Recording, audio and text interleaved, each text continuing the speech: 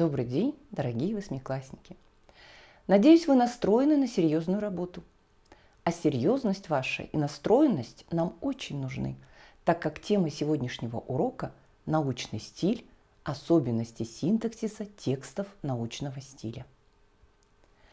На уроке мы повторим стили речи, закрепим знания об особенностях научного стиля, научимся работать с терминами, давать определения научным понятиям. Ну, во-первых, давайте вспомним, что же такое стиль. Стиль речи в широком смысле этого слова – функциональная разновидность литературного языка, которая определяется условиями речевого общения. А в узком смысле это слово обозначает совокупность приемов использования языковых средств для выражения тех или иных идей, мыслей в различных условиях речевой практики. А какие стили речи вы знаете? Их 5. Научный, официально-деловой, публицистический, разговорный, художественный. Что же вы знаете об их особенностях? Давайте проверим ваши знания. Установите соответствие между стилями и мыслями автора.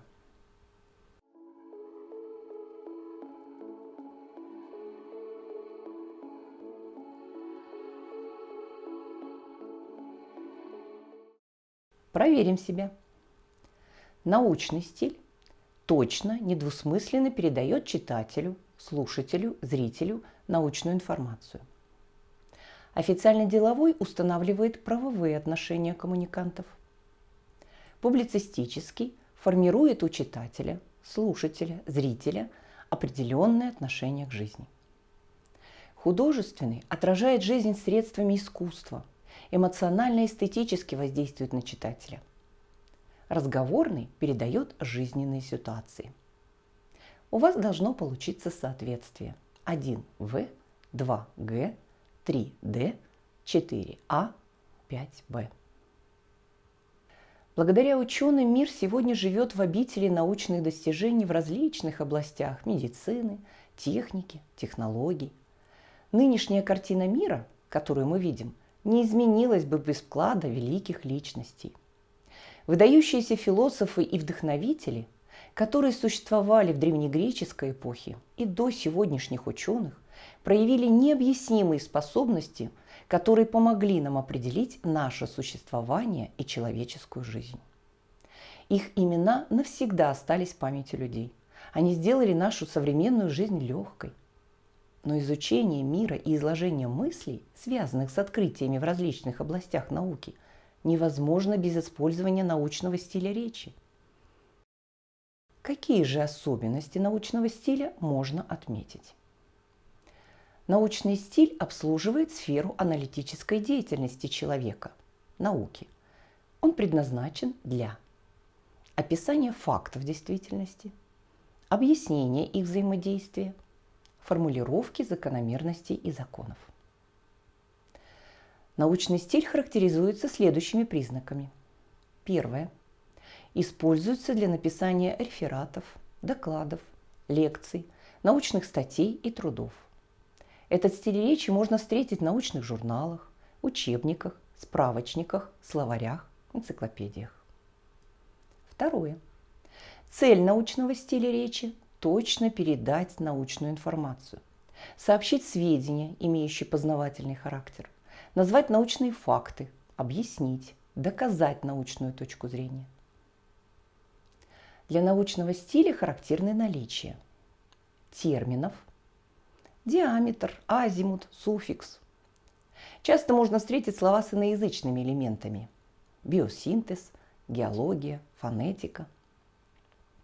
Характерно использование слов с обобщенными, отвлеченными значениями, часто с суффиксами «ость», «ени», скорость, проходимость, растение, ускорение. Использование возвратных глаголов, обычно со значением отношения, а не действия, применяется, используется, имеется. Союзов со значением причины, потому что, вследствие того, что, в связи с тем, что. И, конечно же, вводных слов. По мнению автора, как известно, следовательно, во-первых, в текстах научного стиля общеупотребительные слова используются только в прямом значении. Каждое слово обозначает не конкретное явление или предмет, а общее. К примеру, в предложении «рысь – это млекопитающее рода кошек» указывается характеристика этого класса животных, а не какой-то определенной особи. Для текстов научного стиля характерно употребление сложных предложений, простых предложений с однородными членами. Гроза относится к атмосферным явлениям, в процессе которых между дождевыми облаками и землей появляются электрические разряды, молнии, сопровождаемые громом и ливнями. Тексты научного стиля часто содержат символы, формулы, графики, таблицы, схемы. В текстах научного стиля отсутствуют выразительные средства языка. Для объяснения того или иного явления часто используют сравнения. Особенностью текстов научного стиля является точность формулировок и последовательность в изложении мыслей. В научной речи преобладает рассуждение, как функциональный смысловой тип речи. И это понятно. Чтобы выявить и описать закономерности, надо доказать, что сделанное истинно. Итак, стилевыми чертами научного стиля являются подчеркнутая логичность, доказательность, точность, однозначность, отвлеченность, обобщенность. Применим полученные знания. Задание первое. Определите, какой из текстов относится к научному стилю речи. Текст первый. Береза. Лиственное дерево с белой, реже темной корой и сердцевидными листьями. Из толкового словаря русского языка. Второе значение этого слова. Род деревьев и кустарников семейства березовых. Около 120 видов в умеренных и холодных поясах северного полушария в горах субтропиков встречается. И третье значение – лесообразующая декоративная порода. Наибольшее хозяйственное значение имеет береза бородавчатая и береза пушистая из большого энциклопедического словаря. И второй текст. Белая береза под моим окном принакрылась снегом точно серебром. На пушистых ветках снежной каймой распустились кисти белой бахромой. И стоит береза в сонной тишине, и горят снежинки в золотом огне.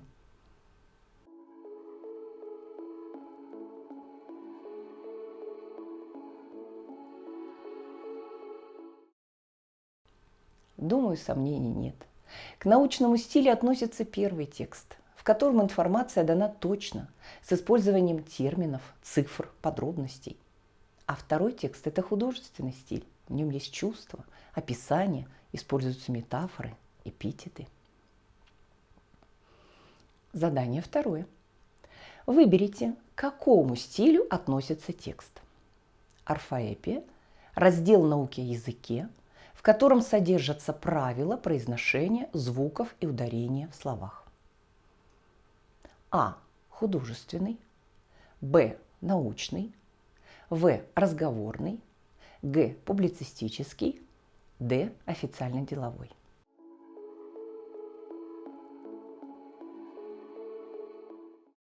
Думаю, здесь сомнений у вас не было. Этот текст из учебника русского языка. Он написан научным языком. Задание третье. Укажите стилевые черты научного стиля. А. Призывность, эмоциональность. Б. Отвлеченность, точность, логичность. В. Официальность, точность. Г. Образность, эмоциональность. Д. Непринужденность, расплывчатость.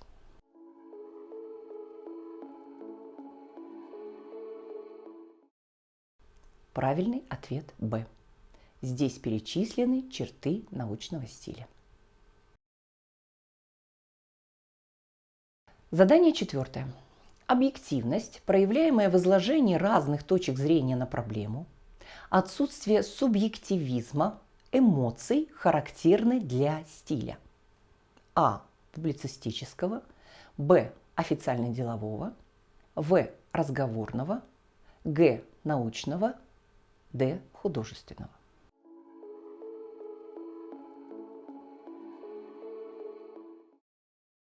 Конечно же, перечислены черты научного стиля. Ответ Г. Еще немного научной информации. В зависимости от конкретных функций научный стиль делится на 5 подстилей. Собственно научный, научно-учебный, научно-популярный, научно-технический, научно-справочный. Собственно научный ориентирован на ученых. Используется для написания диссертаций, статей, докладов. Научно-учебный для учащихся школ и других учебных заведений. Материал должен быть изложен понятно и подаваться по принципу от простого к сложному, применяется для написания учебников и других пособий. Научно-популярный для обычных людей. Многие сведения подаются в общей, общедоступной для всех форме. Автор делает значительное упрощение информации, дает определение терминов, которые сопровождает простыми примерами. В увлекательной, занимательной форме авторы научно-популярных книг рассказывают о небесных планетах, о морях, океанах, о тайнах пещер и подземных лабиринтов, о жизни животных, птиц, рыб, о растительном мире, обо всем, что может заинтересовать любознательного читателя. Используется для написания детских энциклопедий, научно-популярных книг. Научно-технический ориентирован на специалистов технического профиля. С его помощью описывают умения и навыки, которые получены практическим путем. Сопровождается справочной информацией в виде статистики и других характеристик, а значит используется научно-справочный стиль. Одной из особенностей научной речи является оперирование понятиями. Понятия или термины составляют основу любой науки. Слово дня. Термин, слово или словосочетание, являющееся названием некоторого понятия в какой-нибудь области науки, техники, искусства и так далее. В словаре Владимира Ивановича Даля сказано, что термин – выражение, слово, речение, название вещи или приема – условное выражение. Синонимы к слову термин – слово, имя, название, понятие, выражение, логос. Вообще в словарях приводится 68 синонимов к этому слову. Употребление в речи. Если меня и можно бы назвать романтиком, помня об условности этого термина, то совсем в особом смысле. Как же правильно дать определение термина? Вас часто на уроках спрашивают о тех или иных понятиях. Запоминайте. Понятия раскрываются, объясняются в определении, которое строится обычно так. Сначала указывается более широкое родовое понятие, в которое обычно входит определяемое слово, а затем сообщается его отличительный видовой признак, один или несколько, то есть более узкое понятие, характерное для этого выражения. Например, приставка, термин, называющий определенное понятие, это значимая часть слова, родовое понятие, которое находится перед корнем и служит для образования слов, видовое, узкое понятие. Проверим полученные знания. Задание 5. Укажите предложение, содержащее ошибку в определении термина. А. Имя прилагательное – это часть речи, которая обозначает признак предмета и отвечает на вопросы «какой», «какая». Б. Лавина – это когда снег стремительно несется с гор. В. Стилистика – это раздел науки языке, изучающий особенности стиля речи. И Г. Прямая речь – это речь какого-либо лица, переданная без изменений.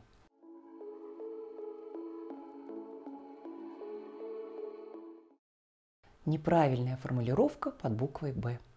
Нельзя формулировать определение понятия с помощью слова «когда». Это союз, который соединяет простые предложения в сложно подчиненные. Задание 6. Отметьте, какого подстиля научного стиля не существует. А. Учебно-научного. Б. Научно-монографического. В. Научно-популярного. Г. Научно-справочного.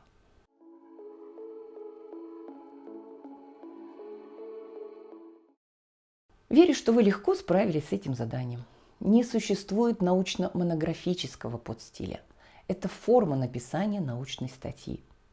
Монография – это книга или научная статья, в которой подробно рассматривается один или несколько тесно взаимосвязанных вопросов. Задание 7. Выберите правильное определение.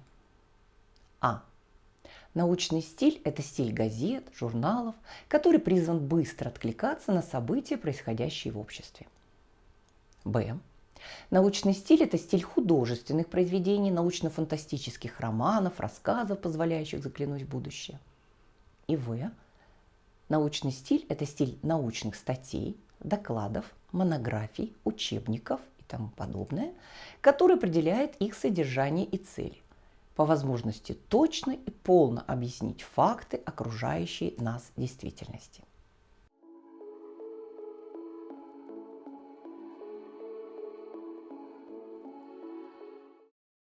Правильный ответ В.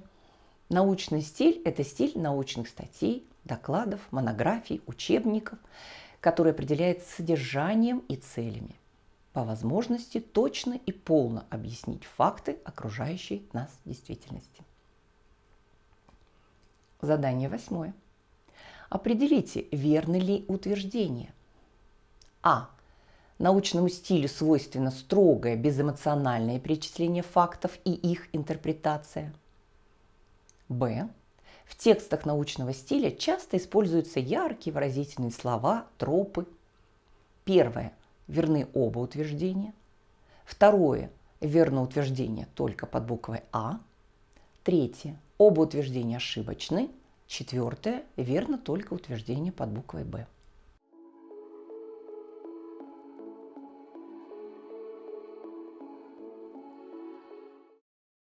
Конечно же, верным является только утверждение под буквой А. Научному стилю свойственно строгое, безэмоциональное перечисление фактов и их интерпретация. Еще одно последнее задание. Оно не случайно 9. Цифра 9 в нумерологии – это число ума, развития, интеллекта. И если вы на все вопросы даете правильные ответы, значит, вы можете назвать себя умным человеком. Итак, задание под номером 9. Вставьте подходящие по смыслу термины в данный текст.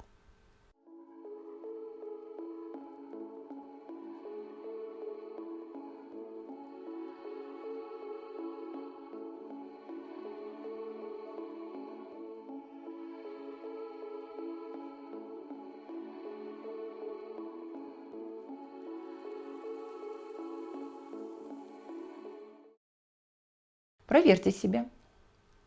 Именем-существителем называется часть речи, которая обозначает предмет в грамматическом значении этого слова и отвечает на вопросы «кто» или «что».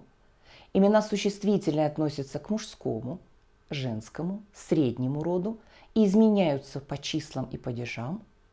В предложении имена существительные чаще всего бывают подлежащими и дополнениями, но могут быть сказуемыми, обстоятельствами и определениями. Думаю, это правило вы знаете наизусть, но повторение – мать учения. Сегодня на уроке мы повторили стили речи, закрепили знания об особенностях научного стиля, научились работать с терминами, давать определения научным понятиям. Домашнее задание. Составьте текст научного стиля по теме «Синтаксис простого предложения». Расскажите все, что вы знаете о простых предложениях, о его видах, знаках препинания, используйте термины. А закончить наш урок хочу словами Конфуция, древнего мыслителя, философа Китая. «Скажи мне, и я забуду. Покажи мне, и я запомню. Дай мне сделать, и я пойму». Учите, повторяйте, пытайтесь, и делайте. Успех вам обеспечен. Наш урок закончен. До новых встреч!